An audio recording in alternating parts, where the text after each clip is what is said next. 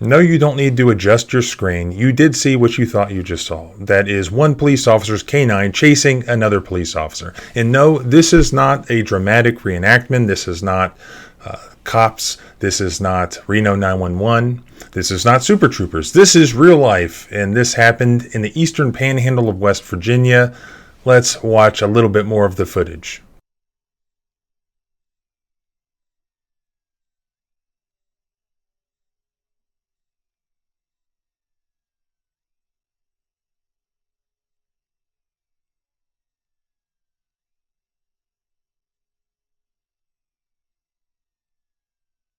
So this happened on April 11th of 2022.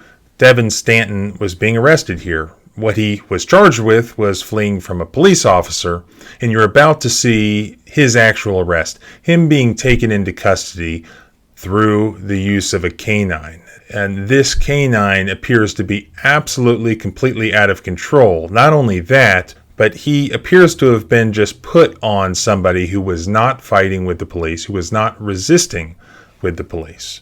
Yes, you saw that correctly. So first the dog chases the state trooper off the screen, and now once the handler actually has the dog supposedly in his control, now the dog just basically latches onto the state trooper, and they haven't even gotten to the guy they're trying to arrest yet. This involved Corporal Welcome with the Berkeley County Sheriff's Office and his canine named Mates.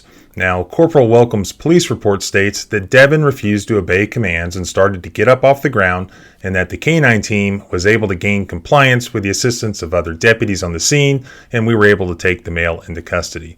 That's pretty much it. There was no allegation that Devin posed any immediate threat to the safety of the officers, nor any other alleged justification for attacking Devin with a canine in lieu of just taking him into custody without using a dog. As I've previously explained, generally the law is that where canines are deployed, that a warning should be given along with an opportunity to surrender, and that deploying canines on suspects who have already been subdued, surrounded, or who are not actively resisting or evading arrest, it's likely going to be excessive force, even with or without a warning under federal law. So deploying canines on suspects who pose no immediate threat is generally going to be unreasonable. They should only generally be deployed in situations where there exists some serious immediate safety threat, where it's a tense, fast-moving situation. Devin was not fighting with them, and that any alleged resistance appears to be only passive in nature.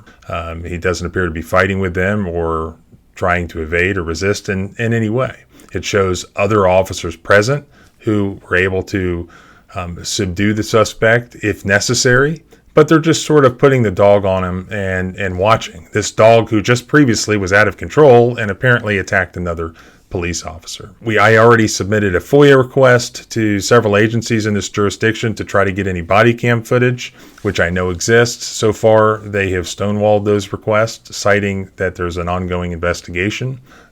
So stay tuned for updates. It definitely does warrant, hopefully, an unbiased investigation.